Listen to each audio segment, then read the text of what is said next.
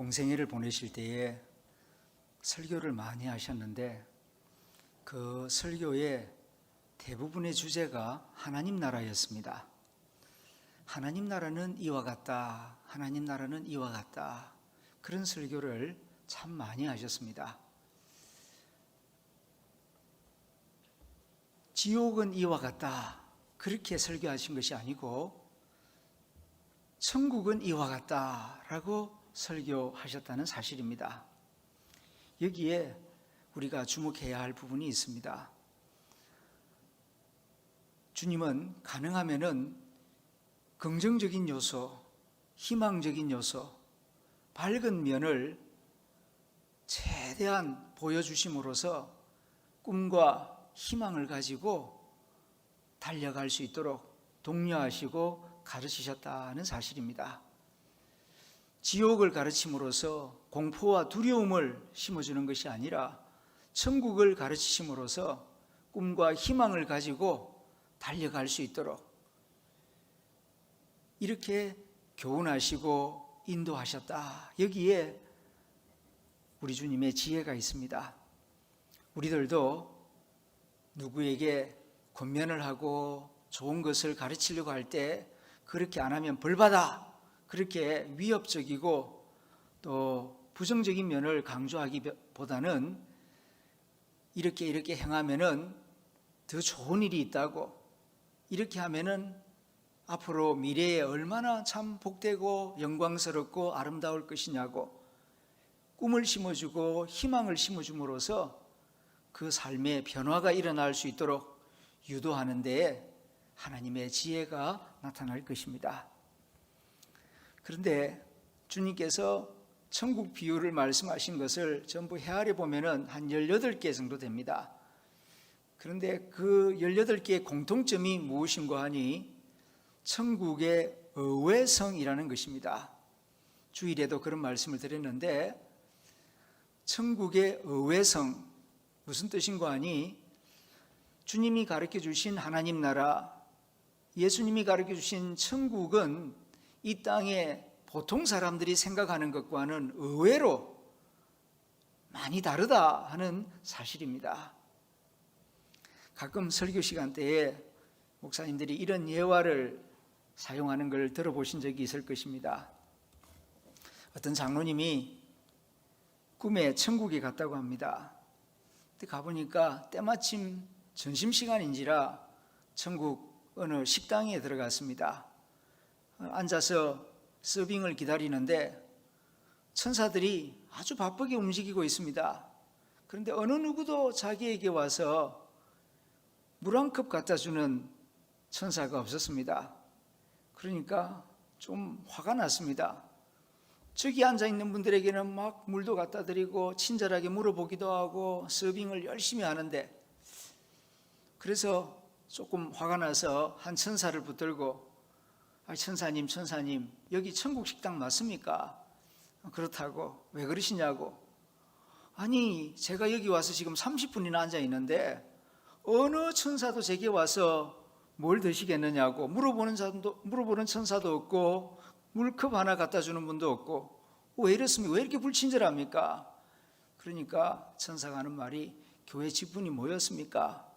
네, 장로였습니다. 그러니까 장로님은 셀프입니다. 그러더랍니다. 아니 저기 앉아있는 분들에게는 다 서빙해 주지 않습니까?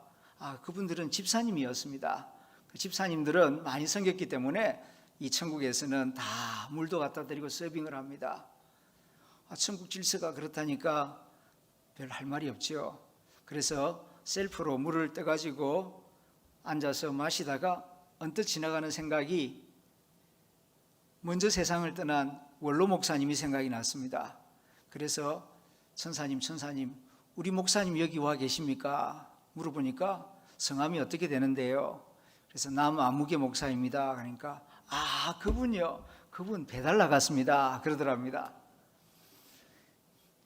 이건 일종의 이제 우스개 이야기입니다만은 이 이야기를 들으면서 많은 평신도 분들이 이런 예화를 듣고 즐거워합니다. 위로를 받는다고 합니다. 또 많은 경우 담임 목사님들은 내가 그 담임 목사가 아닌 것을 위로 삼는다고 합니다. 그런데 이 예화의 진짜 본질은 거기에 있는 것이 아니고 천국의 의외성에 있는 것입니다. 땅에서 높으니까 하늘에서도 높을 것이다. 땅에서 낮으니까 하늘에서도 낮을 것이다. 그렇게 외모로 판단할 수 없다. 이 천국의 의외성을 강조하기 위하여서 이런 예화를 사용하기도 합니다. 표현은 좀 다릅니다만 오늘 본문도 천국의 의외성을 우리에게 가르쳐주는 말씀입니다. 우리 주 예수님께서 하나님 나라가 무엇과 같을까? 내가 무엇으로 비교할까? 고민하시죠. 왜냐하면 이 땅의 질서와 하늘나라의 질서, 땅의 모습과 하늘의 모습이 사뭇 다른 것이 많기 때문에 사실 땅의 것으로 비유해서 하나님 나라를 온전하게 설명하기가 어려워요. 그래서 주님께서 고민을 하십니다. 하나님 나라가 무엇과 같을까? 내가 무엇으로 비교할까? 그러다가 굿 아이디어가 떠올랐습니다. 그래서 두 가지로 하나님 나라를 비유로 설명하시는데, 첫째는 하나님 나라는 겨자씨와 같다. 19절에 있는 말씀입니다. 마치 사람이 자기 채소밭에 갖다 심은 겨자씨 한 알 같으니, 이렇게 비유를 들어서 하나님 나라를 설명하십니다. 겨자씨 같다. 여러분들 아는 바와 같이 겨자씨가 우리 지금 유채꽃하고 비슷해요. 거의 비슷합니다. 그런데 자세히 보면은 우리 유채꽃은 끝에 가시가 없고 쭉 바르게 자라는데, 이제 이건 겨자씨는 이렇게 옆으로 이제 가지치기를 좀 많이 합니다. 평균 다 자랐을 경우에는 1m 50 정도, 또 아주 많이 좋은 땅에서 자랐을 경우에는 3m까지 자란다고 합니다. 그러나 이건 나무는 아니에요. 나무와 같다는 것이죠. 식물입니다. 채소입니다. 근데 정말 깨알같이 작은 씨앗입니다. 또 씨앗은 대부분 화려하지 않죠. 거무튀튀하고 크기가 아주 작고 참 볼품이 없습니다. 그렇지만 그것이 땅 속에 들어가서 이제 싹이 나고 자라기 시작하면은 나중에는 엄청나게 크게 자란답니다. 어느 정도냐면은 새가 깃들일 수 있을 정도로 이렇게 아주 큰 식물이 된다는 것입니다. 예수님이 하나님 나라를 겨자씨에 비유했다는 것은 당시 유대인들에게는 큰 충격이었습니다. 이건 한 번도 생각해 보지 않은 비유의 말씀이에요. 왜냐하면 유대인들도 하나님 나라를 기대하고 소망해 왔습니다. 그리고 구약의 선지자들도 하나님 나라는 이와 같다 하면서 비유를 든 적이 있어요. 그런데 하나님 나라를 어디에다가 비유를 했느냐 하면은 백향목 나무에다가 비유를 했습니다. 커다란 레바논 나무, 이건 이제 시다라고 하는데요. 대구에도 비슷한 나무가 있지 않습니까? 시다도 여러 종류의 시다가 있는데 대구에 있는 이 시다는 히말라야 시다이고, 저 백향목은 이제 껍질이 하얀, 우리 대구에 있는 그 동대구역에서 이쪽으로 쭉 오다 보면은 중앙 가로수에 크게 심겨져 있는 저 나무, 비슷한 나무입니다. 저렇게 키가 크고 웅장한 나무입니다. 옛날 솔로몬이 저 나무를 베어다가 자기 궁궐을 짓기도 하고 성전을 짓기도 하고 아주 좋은 목재입니다.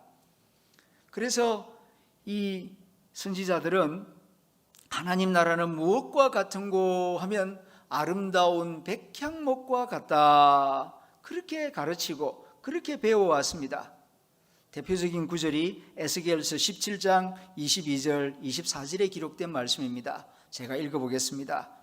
나 주 여호와가 말하노라. 내가 또 백향목 꼭대기에서 높은 가지를 취하여 심으리라. 내가 그 높은 새 가지 끝에서 연한 가지를 꺾어 높고 빼어난 산에 심되 이스라엘 높은 산에 심으리니 그 가지가 무성하고 열매를 맺어서 아름다운 백향목을 이룰 것이요 각양새가 그 아래 깃들이며 그 가지 그늘에 거할지라.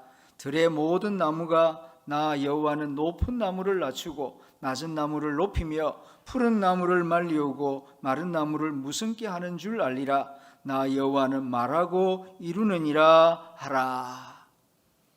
에스겔 시대, 그러니까 남유다가 포로로 끌려가서 절망 가운데 있을 때에 하나님이 에스겔에게 이 환상, 비전의 말씀을 주셨어요. 지금은 포로로 끌려가서 정말 연약하고 불쌍한 유대민족이지만 언젠가는 백향목의 높은 그 순한 가지를 꺾어서 높은 산에다가 심으면은 그 나무가 크게 자라서 아름다운 백향목이 될 것이다. 하나님의 나라는 그렇게 이루어질 것이다. 그렇게 말씀하셨습니다. 그래서 수백 년 동안 유대인들은 하나님이 이루실 하나님의 나라는 크고 웅장하고 아름다운 백향목과 같은 그런 힘 있는 나라가 될 것이라고 기대하고 생각하며 살아왔습니다. 그런데 오늘 주님께서는 하나님 나라는 겨자씨와 같다, 그러니 충격이죠. 겨자씨는 당시 예수님 그 갈릴리 들판에 흔하게 지천으로 자라는 그런 잡초 같은 그런 식물입니다. 물론 식용으로 먹기도 하고 또 그 씨를 이렇게 짜서 기름을 만들기도 하고 하기도 하지만 거의 들풀 같은 수준이에요. 어떻게 하나님 나라가 이렇게 흔하디 흔하고, 그리고 물론 거기에 새가 한두 마리 깃들기는 하지만은 백향목하고 겨자씨하고 비교하면은 이건 전혀 비교가 되지 않습니다. 백향목은 정말 웅장한 좋은 목재 중에 목재죠. 그런데 이 겨자씨는 목재로 쓸 수 없는 것입니다. 그저 새나 깃들이기도 하고 그저 꽃이 좀 예쁘고, 그리고 1년 지나고 나면 시들어버리는 들풀과 같은 그런 연약한 식물이에요. 어떻게 해서 하나님이 이루시는 나라가 이렇게 겨자나무와 같다고 그러고 또 겨자씨와 같다 그러는가? 유대인들은 처음 들었을 때 굉장히 충격이 되고 이해가 되지 않았을 것입니다. 그런데 여기에 하나님 나라의 비밀이 있습니다. 세상이 기대하고 가르치는 천국하고 예수님이 가르치신 천국하고 달라요.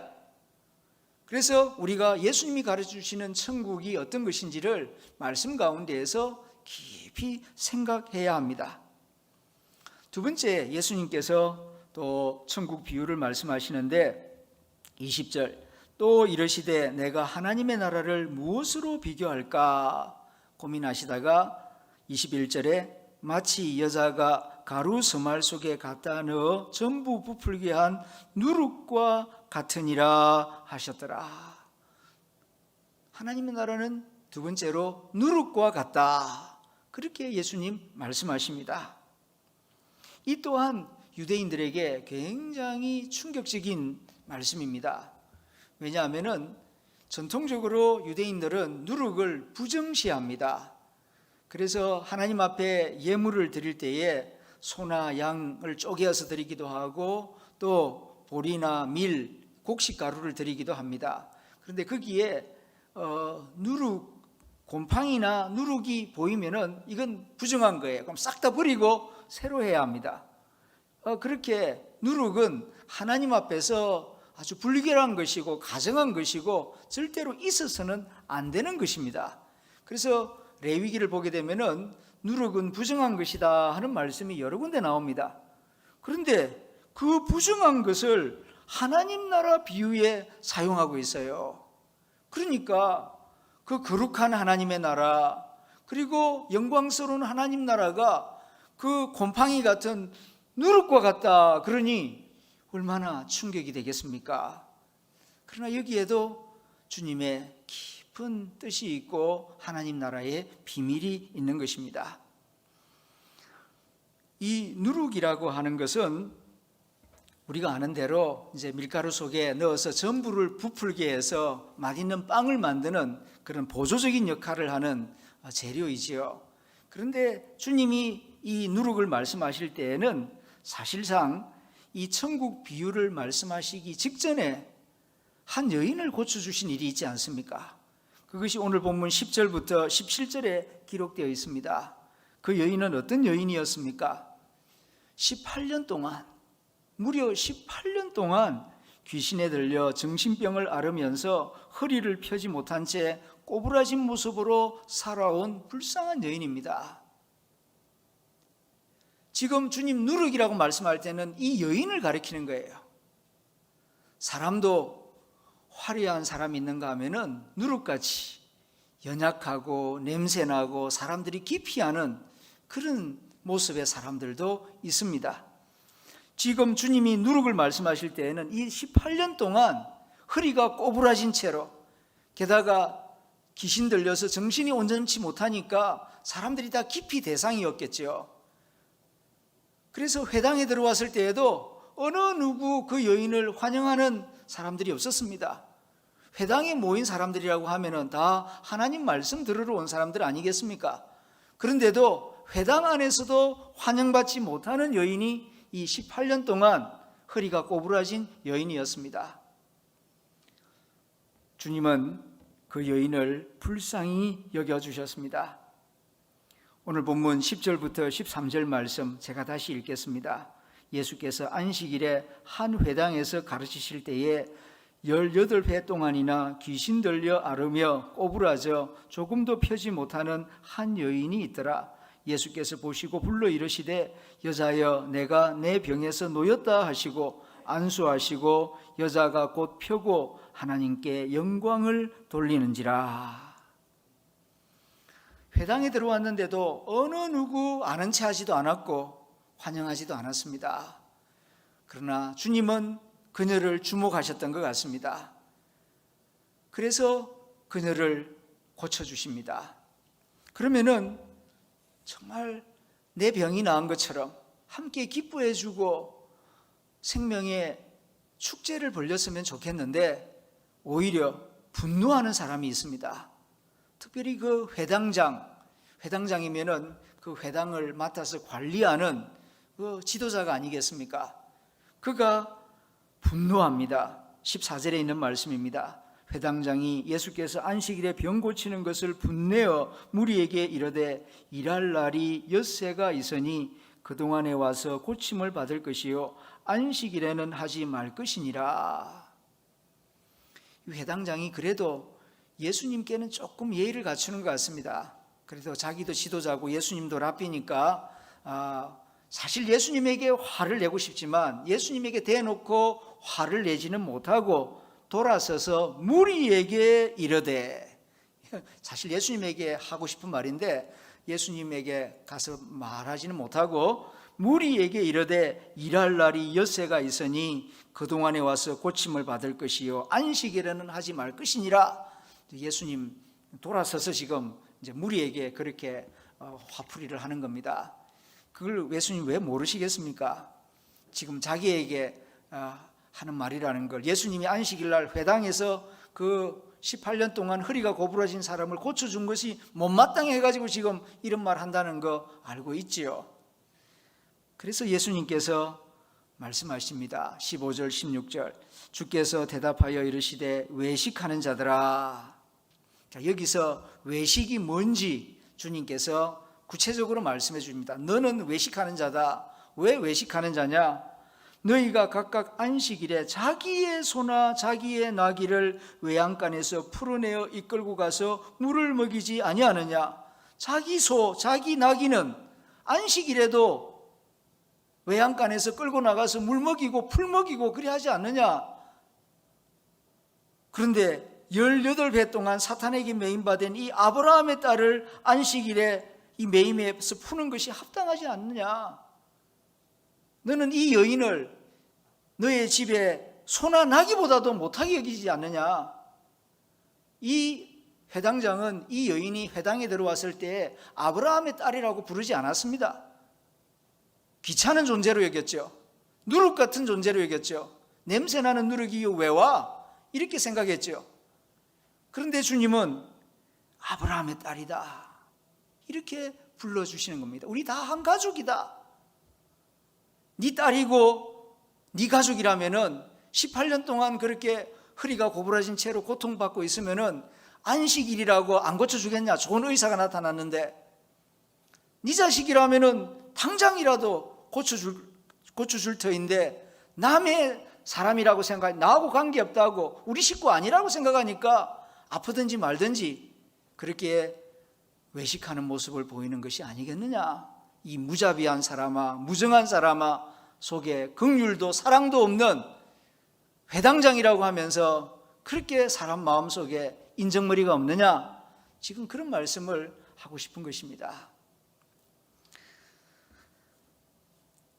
이렇게 18년 동안 허리가 고부라진 그 불쌍한 여인을 고쳐주신 다음 하나님 나라를 무엇으로 비유할까?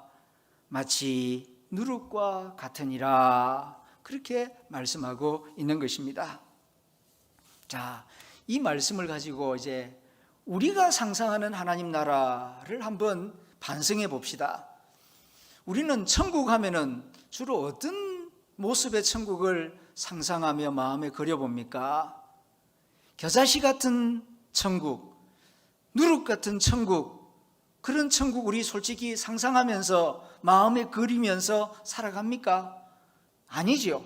현실적으로는 저도 그렇고 하나님 나라 하면은 그야말로 고생 끝, 기쁨만 가득하고, 그리고 냄새나고 초라하고 가난하고 이런 건 다 없어지고 부유하고 넉넉하고 그야말로 백향목 같은 하나님 나라를 상상하지, 겨자씨 같은 하나님 나라를 소원하고 상상하지는 않습니다.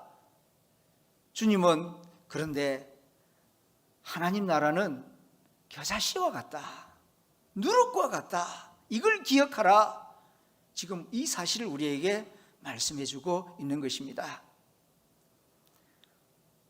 천국에 가면 어떤 사람들이 가득 있을 것이라고 생각하십니까? 중세시대 어느 엄유 시인이 쓴 글을 보게 되면은 나는 천국에 안 갈 겁니다, 그런 제목의 시가 있어요. 왜냐하면은 내가 한 40-50년 동안 교회를 다니면서 설교를 들어봤는데, 천국 하면은 거기 가면은 뭐 세리들이 있고 가난한 사람들이 있고, 그 다음에 뭐 자식을 잃어버린 사람이 있고 애통하는 사람이 있고, 뭐 그런 나라, 그 가서 뭔 재미가 있습니까? 가서 찬송 부르고 예배 드리고, 아이고 그 재미없습니다. 거기 가면은 좀 몰래 연애도 하고, 그리고 진한 보드카도 마시고, 그 다음 예쁜 여인들하고 춤도 추고, 그리고 파티도 있고, 좀 그럴 줄로 알았는데 교회 다니면서 듣는 하나님 나라는 내가 꿈꾸고 상상하는 하나님 나라하고는 너무 거리가 머니까 재미가 없는 것 같습니다. 그런 하나님 나라 같으면은 나 안 갈랍니다. 그렇게 이제 엄유 시인이 이제 자기가 생각한 그런 기대와 달라서 그렇게 써둔 글을 읽어본 적이 있습니다. 한편으로는 비유이고 하나의 풍자입니다만은 또 한편으로는 세속적인 인간이 꿈꾸는 그 천국에 대한 일면을 엿보게 해주고 있습니다. 많은 사람들이 천국 시민들은 어떤 사람일 것이라고 생각하느냐?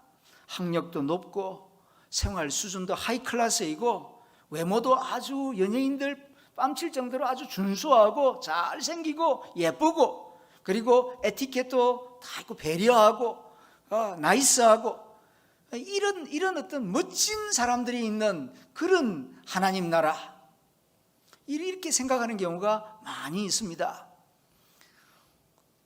뭐 그게 나쁩니까? 그렇게 생각할 수 있습니다만은 하나님 나라를 어떻게 이해하느냐에 따라서 교회 생활의 모습이 달라집니다.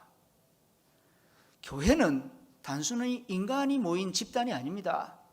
하나님 나라를 증거하는 신앙 공동체예요. 이 교회가 하나님 나라가 어떠한 곳인가, 어떠한 공동체인가를 바르게 이해를 해야, 예수님이 가르쳐 주신 하나님 나라를 바르게 이해를 해야 이 교회를 교회답게 만들어 갈 수가 있습니다. 하나님 나라를 백향목과 같은 그렇게 나이스한 그런 공동체라고 상상을 하는 사람들이 들어있어요. 그래서 저 서울의 강남 수서 밑에 내려가면은 교회 이름이 교수교회가 있어요. 대학 교수교회. 간판이 그렇습니다. 실제로 그 교회는 대학 교수들만 모여서 예배를 드립니다. 삼성동에 가면은, 서울에 보면은 현대교회라고 있었는데요. 그 국무총리를 했던 그 한 암흑의 그 장로님을 중심으로 해가지고 그 교회를 만들었습니다.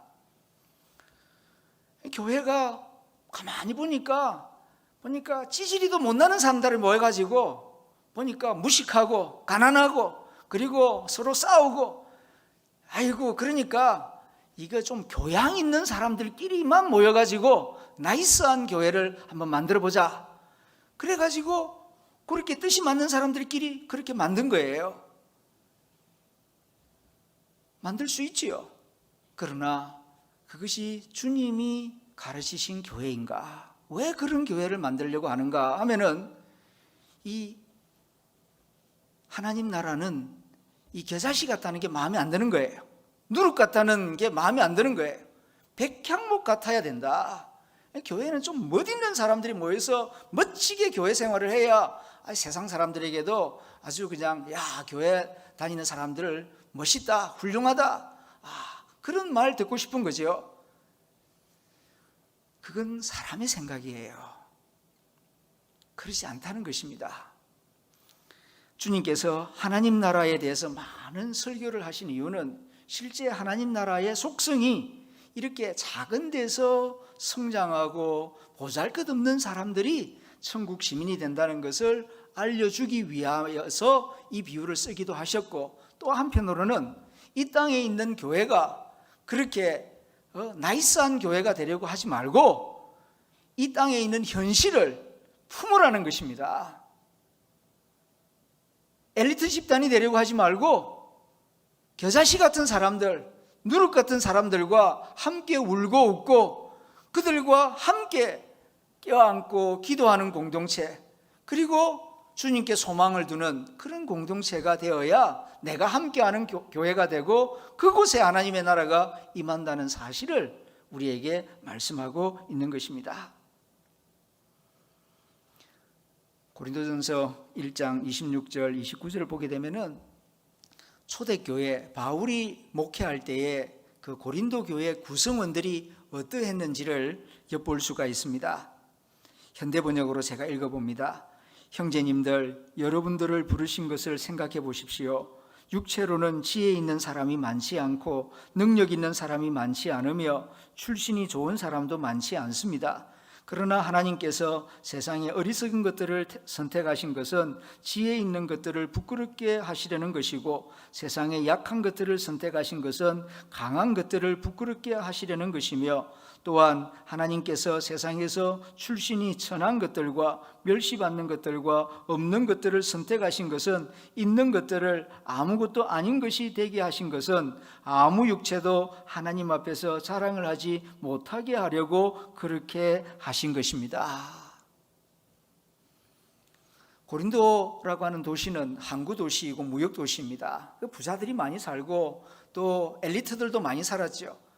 그 사람들 입장에서 볼 때 교회라고 하는 곳에 모인 사람들이 보니까 뭐 찌질이도 못난 사람들이 모여가지고 주여 주여 하는 것 같으니까 업수이 여기는 사람들도 있고, 좀 권력 있는 사람들, 학식 있는 사람들이 왔다가 아이고 이런 사람들하고는 어울리기 싫다 그래가지고 나가는 사람들도 있고, 또 교회 안에서도 좀 세상에서 좀 배운 것이 많고 가진 것이 있는 사람들은 같은 교인들끼리 그렇지 못한 사람을 무시하고 멸시하는 그런 일들이 들어 있었습니다. 그래서 바울이 말하는 것입니다. 하나님이 우리를 부르셨습니다. 우리보다도 똑똑하고 화려하고 잘난 사람들 많은데 왜 우리들을 부르셨을까요? 생각해 보십시오. 여기에 하나님의 뜻이 있습니다. 하나님의 아들이신 예수님께서 12제자를 택하실 때에 처음부터 니고데모나 대제사장 같은, 아니면 빌라도 같은 그런 권력자, 유력자, 유식한 자를 택하여 세우셨으면 쉽게 하나님 나라를 만들어 나갈 수 있지 않겠습니까? 전도도 쉽게 되고. 그런데 갈릴리에서 물고기 잡는 베드로나 요한이나 그렇게 성질급한 그런 세베대의 아들들을 왜 택하여 그런 자들을 12제자로 삼으셨겠습니까? 여기에 하나님의 뜻이 있어요. 하나님이 이루시고자 하는 하나님의 나라의 비전이 예수님의 선택하시는 모습 속에 나타나고 있는 것입니다. 우리는 천국 하면은 자꾸 저 멀리 크고 위대하고 화려한 것 가운데에 하나님 나라가 임할 것이다 하는 그런 신화 아닌 신화가, 그런 생각이 있는데 그건 그야말로 신화예요. 주님이 가르쳐 주신 하나님 나라는 겨자씨와 같은 것이다. 작은 데서 평범한 것, 그리고 가끔 볼 수 있는 그런 희한한 것이 아니고요, 일상생활, 갈릴리에서 겨자씨는 매일 볼 수 있는 것이고 어디에서나 볼 수 있는 지극히 평범한 식물입니다. 작은 것, 평범한 것, 일상적인 것, 그 속에 하나님의 나라가 시작된다. 그걸 정성을 갖고서 잘 가꾸면은 이렇게 풍성하게 자라는 것처럼 하나님 나라는 그때 저기서가 아니라 지금 여기서 작은 것, 일상적인 것, 평범한 것 가운데에서 하나님 나라가 자란다. 그러므로 작은 것, 평범한 것, 일상적인 것을 소중히 여겨라. 하나님 나라는 그 속에 있다. 이걸 우리에게 지금 겨자씨 비유를 통하여 말씀하시는 것입니다. 그리고 누룩의 비유를 통하여서도 너희들이 냄새 난다고 해서 예배당에 들어올 때에 쳐다보지도 않고 인사도 안 한 그 여인들이 바로 천국의 주인공들이다. 실제로 주님께서 공생의 3년을 보내시면서 은혜를 베푸시고 복음을 전하여 주신 분들은 다 누룩 같은 존재들입니다. 수가성 우물가에서 만난 그 여인, 누룩 같은 여인이죠. 냄새나는 여인 아니었습니까? 남편이 5이나 있었지만은 행복을 찾지 못하는 불쌍한 여인이었죠. 더러운 귀신 들렸던 막달라 마리아, 그리고 지난주일 설교하였던 삭개오 같은 사람, 여리고성에서 손가락질 받고 멸시받는 그런 사람이었습니다. 그런데 주님은 그의 집에 가서 유하십니다. 다른 사람들은 그 집에 들어가려고 하지 않습니다. 그러나 주님은 삭개오의 집에 들어가서 그와 더불어서 식사를 하고 그와 함께 있는 시간을 기뻐하시고, 주님 있는 곳에 하나님 나라가 이루어지지 않습니까? 생텍쥐페리가 쓴 그 어린이 소설 가운데에 어린 왕자가 있지 않습니까? 거기에 아주 인상 깊은 문장 하나가 있습니다. 들어보면은 당연한 이야기인데 무슨 얘기인 거 아니? 어린아이가 자라서 어른이 된다 하는 말입니다. 어린아이가 자라서 어른이 돼요. 처음부터 어른으로 태어나는 사람 없습니다. 그런데 많은 어른들이 의외로 이 사실을 잊어버리고 살아간다. 그런 말이 이 어린 왕자 책에 나오고 있습니다. 어린아이, 여기 권사님들은 다 아시지 않습니까? 아기 태어났을 때 얼마나 참 보잘것없습니까? 태어난 지 우리 지금 손녀, 손자 태어나신 가정이 몇 가정이 있는데 장로님 참 예쁘죠? 그런데 모르겠어요. 그래요. 어릴 때는 잘 모르죠. 진짜 아직까지는 조금 자라야 좀 진짜 예쁘다 하는 생각이 들지, 태어난 지 며칠 안 됐을 때는 솔직히 말해서 얘가 사람인가 아닌가 할 정도로 참 초라합니다.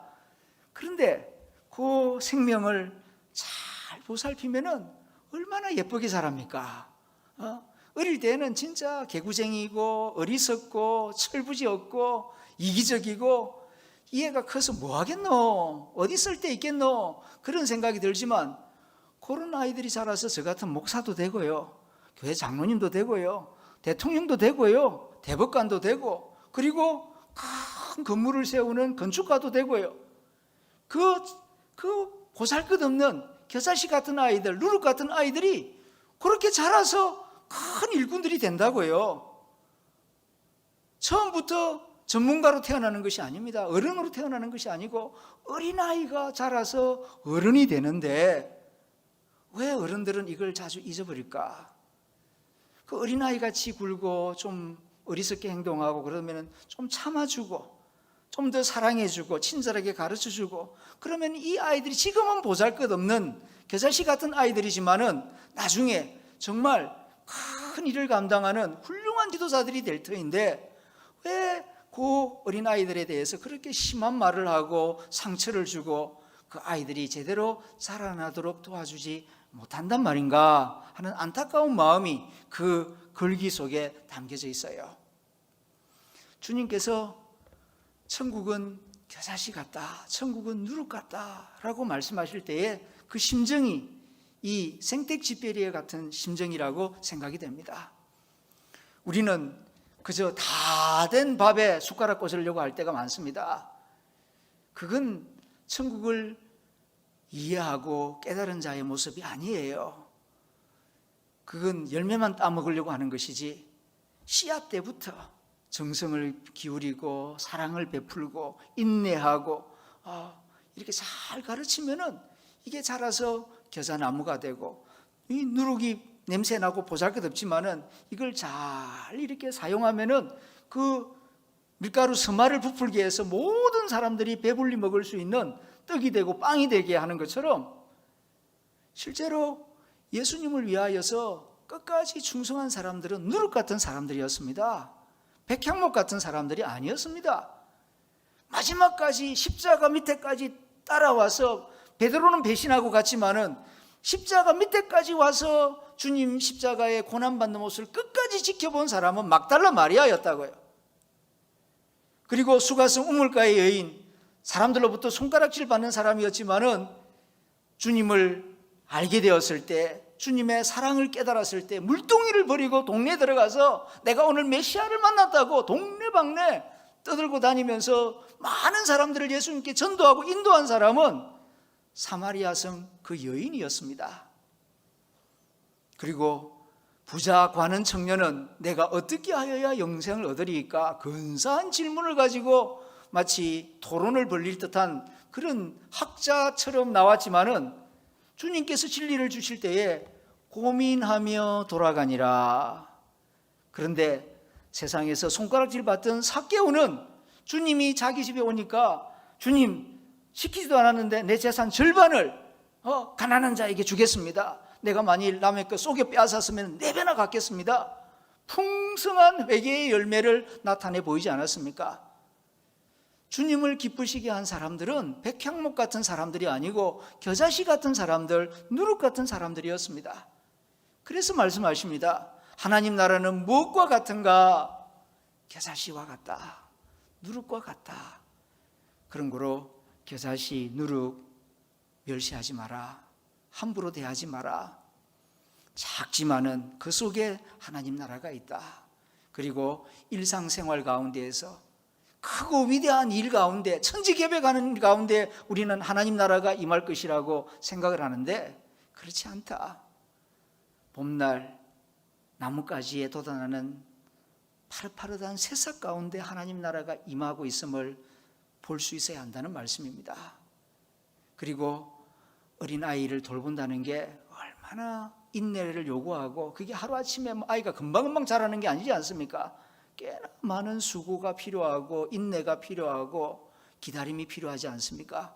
그러나 어느 사이에 보게 되면 아이가 자라서 훌륭한 청년이 되고 청년이 되어서 또 지도자가 되고 하나님 나라는 그렇게 이루어지는 거란다. 그러므로 작은 것을 소중히 여기고 평범한 일상생활 가운데에서 하나님의 은혜를 경험하고 하나님 나라를 기뻐하고 작은 일에 사랑과 수고를 아끼지 않는 성도가 되어다오 하는 부탁의 말씀이 이 비유 속에 담겨 있는 줄로 믿습니다.